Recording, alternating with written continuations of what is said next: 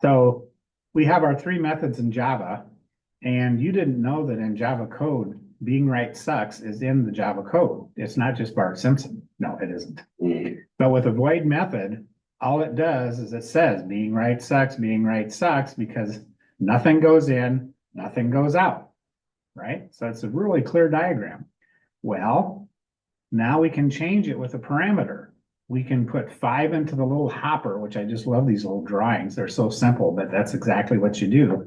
You put 5 into the hopper and you get 5 being right sucks. Or this is always going to be 2. No matter what we do, it's always going to be 2, but we could put 2,000 into this and then Bart could go on and do something else because this would being right sucks 2,000 times. Bart just didn't know Java had, could solve all of his problems. The third one is you put stuff in at one end, you do something to it, and you get an answer at the other end. So you'd have 18 being right. Well, whatever, it's not being right sucks anymore. But then you can also put more than one thing in. Unlike Python, where you can have more than one return, most languages you can only return one thing. You have to do like references or pointers or something to return more than one. But we're not going to get there yet.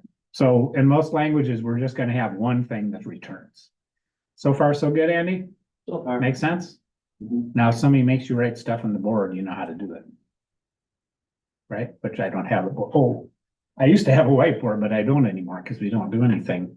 We hadn't used it for years. It was behind the screen and we never used it. Hi, Ansonia. All right, so when you open up a file with Java in it, it creates an on-the-fly Java project, which is what it's doing right now. And if you go down to the Java project part, we don't need to know this yet, but we will. It puts in all the methods and everything in here. There it is. So there's the method that goes with this. It's showing these other methods because they're in other programs that are in the same folder. So what it does is it creates a project in this folder that includes all these files. Well, at this point, it doesn't matter because we're only using one file. When we start using 2 or 3 files, then things can get confusing. However, one of the interesting things here is, look at here. We can look inside the Java code, which we never did that for Python, did we? We're not importing anything, but what do we usually import for the input? Scanner. Or for instance, java.lang.math. There's a good one. So is it java.base something? I can't remember. Anyway, here's Java. And there's java.lang. And we go in here, there should be a math. Well, there's all kinds of things, unless I'm in the wrong one. There it is. And look at what language this is in. What language is Java written in there, Andy? C++. Java. It's written in Java. Oh. Just like much of Python is written in Python. And I think the same thing is true of C++, but I've never looked. I think C++ is written in C++, I believe. But I could be wrong. But Java, not every in the Java language that we use is written in Java. However, the interpreter is not necessarily written in Java. It's probably written in C++ or something else. Just like in Python. You know, they have some probably C or C++ with the interpreter. But most of the source code, look at all those documentation.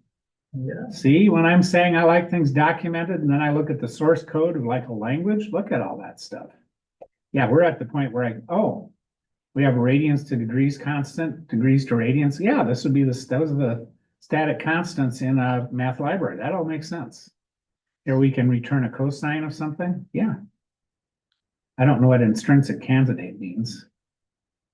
Hotspot virtual machine. Okay. Yeah. All right. Well, I don't need to know that today. It's like a decorator or something. Yeah, it's saying something specific and it has all that. Yeah, I'm going to move on. But it documents, so this is like a doc string for Java. It documents the value that's to be returned. This is the argument coming in, and then there's the return that's coming in. So look at all that documentation. So you think I am fussy with documentation. Whoa, look at that. All right, well, that was an aside, but it's also part of Python. I've just never shown it or looked at it, but most languages include their own stuff as part of the implementation. All right, so a method with a single parameter. There are no functions in Java. Everything is a class, everything is a method, everything is an object except our primitive variable types like double, int, char. String is a class. So our primitive variable types, otherwise everything is a class of some sort. And even the primitive variable types have a class wrapper, which we've used a little bit. So we're declaring our variables. We are calling this method. This is the single parameter. I'm in the wrong one. Okay. So this one demonstrates a method call. This one prints out, what was Bart saying? Whatever Bart was saying, but this is just a saying. What did he Something say? about being right. Being right sucks. Yeah. So I could print out being right sucks as many times as I wanted here, but it's always going to be the same. And whenever we create a method right now, we're just going to do static, which there's a reason for that, but we don't need to know today. Void, we know what void means. Yeah, you're not getting anything back. You're not getting anything back. Yep. And then the method with curly braces, which is this is very similar to how we work in C++. Very similar structuring. In Python, we just use def, but it's the same idea. We're creating a method or a function there. So when we have a method call, the code goes to here, it prints it out, then it goes to here and it says, okay, where is message? Is it in my standard library? Oh, no, it's not. So then it says, well, it's got to be somewhere in the program. And then it runs around and says, oh, there it is. Let's go down here, execute this. Then we come right back to here and we go to the next thing. And then we go to the next thing. So this is very sequential programming at this point. So far, so good. It goes to here, runs the message, comes back here, exits. There's no more code. The program quits and the garbage collector takes over. So Python and Java both are memory managed. They manage memory on their own. So even while you're running the program, if a variable goes out of scope, there's a garbage collector. I always think of it like a little Pac-Man, comes along and says, oh, this memory's not needed anymore. Let's deallocate it. Mhm. Well, C++, if you do something, you have to undo it. You have to manage the memory. What do we have next? Oh, single parameter. Yes. How many being right sucks do we want to print? Well, remember we're looking at the code for this? Math library dot square root. So now we know that methods in the Java source code are written exactly like this. It's the same thing. We could go to work for Oracle, right? Or whoever. This is Amazon Corretto, which I don't know if that's, it is open source to use. I mean, it's not open source, it's free to use, but I don't know if it's open source. They base it on the open source Java, the OpenJDK, but they probably tweak it for their stuff, I think is how that works. Because Java, Oracle bought out something, I can't remember the exact history, but Oracle is like the main Java developers because they use it in all their server database engines and everything. And then they started restricting their license. And so people thought, well, we don't like that. So they branched off with their okay, that's not right, OpenJDK, which is a community contributed to Java, which I don't know if they work with Oracle. Okay, so it says the Oracle commercially licensed binaries based on the same code are here. But this is the open source production web, and then this is used as like the base for Amazon Corretto. So shouldn't matter what JDK you use, they should all work the same. And we need the Java development kit to create a program, but we only need the Java runtime environment to run it. And it's just like in Python, we need the Python interpreter to run the code. We need it also to create code. With this, it's two separate pieces. We need the OpenJDK to create it. And we also need the JRE, but the JRE, the Java runtime environment, is part of the developer kit. So that's what JDK stands for, Java Development Kit. Or SDK means Standard Development Kit. Anyway, here we go. We're inside a method. We declare our local variable, right? And well, we're inside this method and we're calling another method, aren't we? So our code runs out to the math library and does its calculations and returns that value and assigns it to our square root variable. Then we print it out. Then we exit the method. Then what happens to our square root variable? What do you think, Andy and Sonia? What do you think happens at the end of this?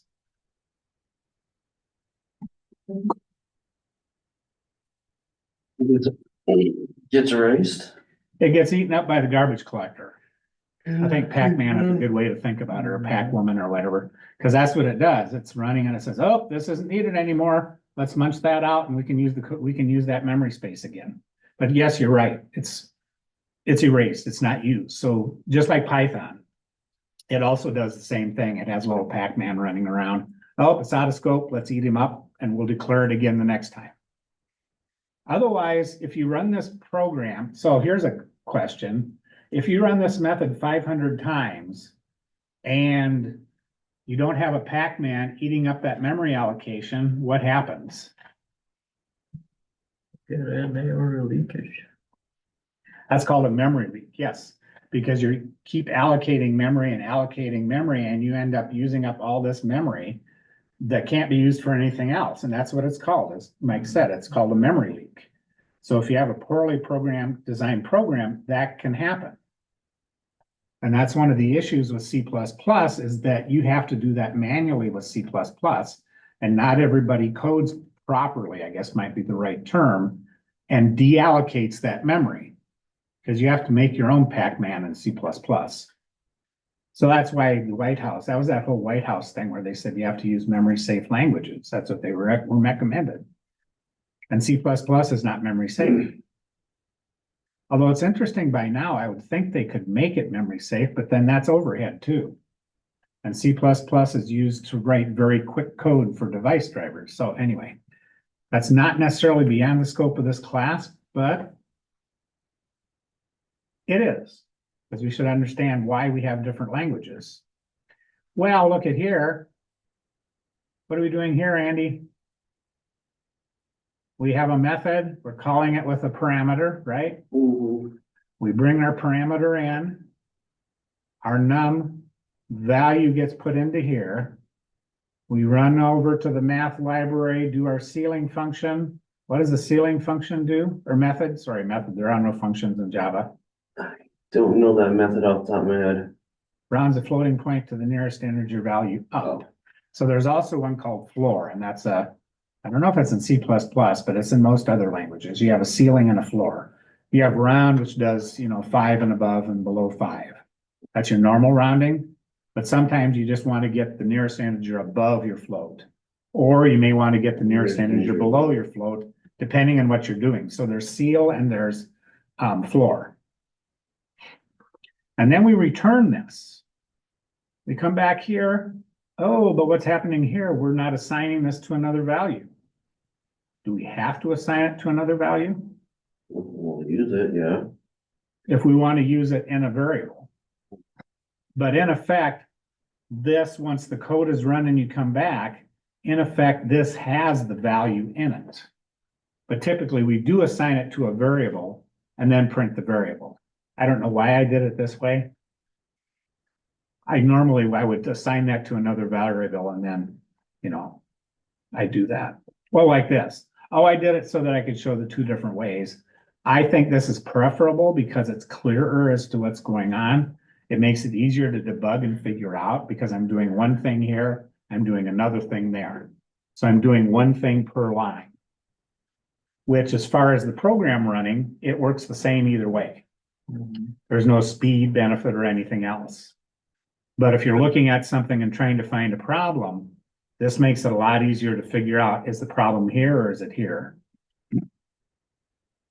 Now we have one that we really never did much with in Python, something called method overloading.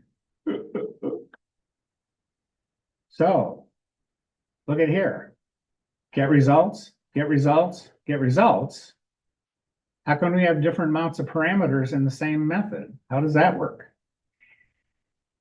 Well, let's figure it out. Here it is. This get results has one parameter. Oh, but this get results has two. And if you remember me talking about programming languages and all that sort of stuff, I've said you can't use the same name twice, right? Like for variables and things. So how do we get away with doing it here? What's different between these two methods that makes them unique? That one has more than one, Mhm. well, Parameter, argument, yeah. argument, that's the word I'm looking for. That's the difference. It's called method overloading, meaning when you're running it, the runtime environment will pick this one based on the fact that there's two. It'll pick the first one based on the fact that there's one. Method overloading. And what this is called is the signature. So the signature of the method is unique for both of these, even though the name is the same. And look at here, I have another one that's different. This one has two ints, this has an int and a string, this has a string and a string. So all four of these have the same name, but they have a unique signature. That's the term they use. Oh, no. Yeah, this thing doesn't work in Python. Yeah, It doesn't. yeah. There But is something similar in Python OOP in classes. There is some overloading there, but it works differently. It Mhm. works not like. On C++ works like this too. You can do method overloading in C++. Isn't it advantage or disadvantage? It's just a different way of doing things. Would it be better to have different names for each of these? I think so. Probably. But the reason for this is just to show that's a possibility in this language, because you'll run into code like this. Oh, nobody noticed this part. This always has to be public static void, because if it's not, we can't run the program. It would be isolated inside the class. We can't get to it. But notice these are also public static int, public static int, public static int, public static int. But remember, the other program didn't have public static int. Now, where's that one I was doing? Oh, this just has static. Not public. No. What that means is that I can only run this method inside my class. Mhm. If I have a second file, I can't get to it. Yeah. And where we are right now, does it matter if it's static or public? With what we're doing? No, it doesn't. Because we're only using one file. And I think the default is public anyway, unless you do something else. I can't remember. So whether we put this in or not at this time doesn't matter. Public doesn't mean everybody in the world can get to it. It means all the other files in that program can get to it and run it, which we'll do later on when we start making classes and stuff in Java, because we will make classes. Just like we're going to do it in C++. We just have classes everywhere. All right, I think that's my guys. I think that's all that's in here. Oh yeah, method. Oh, who knows what recursion is? Recursion, yeah. Who knows what recursion is? Who knows what recursion is? Who knows what recursion is?